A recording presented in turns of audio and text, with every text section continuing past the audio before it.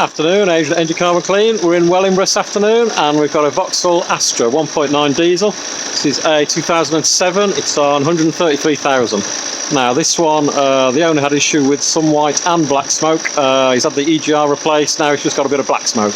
As soon as we fired this up and had a listen, we could tell there was a leak from somewhere. Thought it might be from one of the injectors, but they all look clear. Quick hunt round and we found one of the pipes on the front had got a cut in it. So we've taped that up. That's certainly sealed that enough to do a clean on it. You can get that replaced now.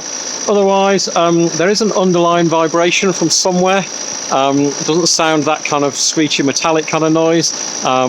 Just needs investigating to see what that is. Something slightly out of balance somewhere. Otherwise, glow device general error code.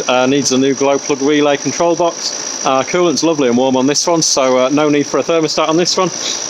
Everything else appears to be spot on.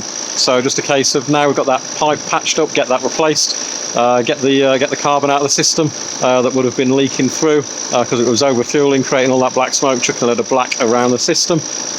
Get this lovely and smooth and quiet again now. It's about another 10 minutes to go and it is a lot quieter than it was.